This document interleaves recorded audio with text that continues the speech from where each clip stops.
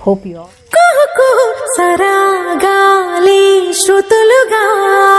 కుశలమా అనే స్నేహం పిలువగా కిలకిల సమీపించే సడులతో ప్రతి పొద పదాలే ఓ పలుకగా కులుకురాక పుట్టబొమ్మ గుబులు గుండని వనములేచి వద్దకొచ్చి నిద్ర పుచ్చని